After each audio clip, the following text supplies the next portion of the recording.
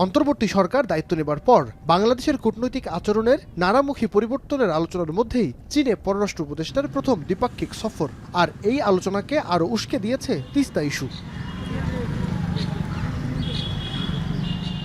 পররাষ্ট্র মন্ত্রণালয় থেকে বলা হয়েছে, ফের নবায়ন হতে চলেছে তিস্তা নিয়ে ঢাকা বেইজিং এর বোঝাপড়া। এটার যে আপনার গাইডিং যে এমওইউটা, সেটার মেয়াদ শেষ হয়ে গেছে, সেটা আমরা রিনিউ করব। এটা হলো প্রথম কাজ, রিনিউ করবো আমরা, রিনিউ করবো। তারপরে স্পেসিফিক প্রজেক্টের ব্যাপারে তো আরও অনেক ডিটেলস আলোচনা লাগবে।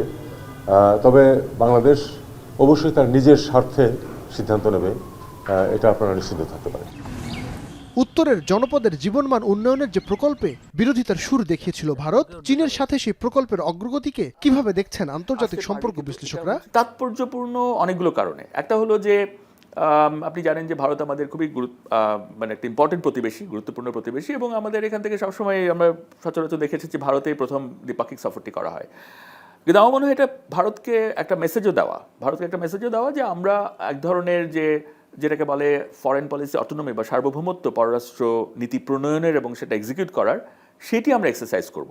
তিস্তার ব্যাপারেও আমার মনে হয় বাংলাদেশ হয়তো এবার বড় আকারেই সিদ্ধান্ত নিতে পারে, কারণ আমরা শেষ সময় যেটা দেখলাম, বিগত সরকার একেবারে শেষের দিকে এসে ভারতও যেই পরিকল্পনাটা চীন বলেছে তারা সহায়তা দিতে রাজি আছে, সে ব্যাপারে তারাও বুঝতে পেরেছে যে সমাধান ওই শেয়ারিংয়ের হবে না, বরং বাংলাদেশের যে পরিকল্পনাটা, মনে রাখতে হবে ওটা কিন্তু চীনের পরিকল্পনাটা বাংলাদেশের পরিকল্পনা। চীন বলেছে যে হ্যাঁ, তারা এর মধ্যে আসতে পারে। তো সেই জায়গায় আমার মনে হয় হয়তো একটা সম্ভাবনা তৈরি হয়েছে। চীনের পররাষ্ট্রমন্ত্রীর আমন্ত্রণে পররাষ্ট্র উপদেষ্টার এই সফরে বিশেষ গুরুত্ব পাবে রোহিঙ্গা ইস্যু।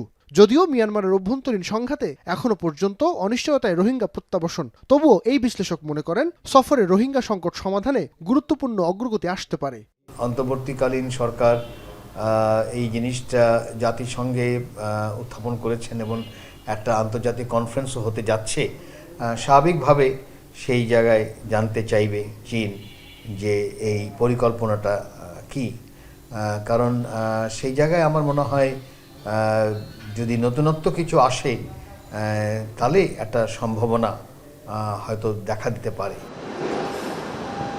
এছাড়াও এই সফরে ব্যবসা বাণিজ্য, ঋণের সুদহার কমানো, সামরিক সহায়তা, স্বাস্থ্য খাতে সহায়তার পাশাপাশি সম্পর্কের 5 দশক পূর্তিতে আগামী মার্চে অন্তর্বর্তী সরকারের প্রধান উপদেষ্টা ডক্টর ইউনূসের বেইজিং সফর নিয়েও আলোচনা হবে।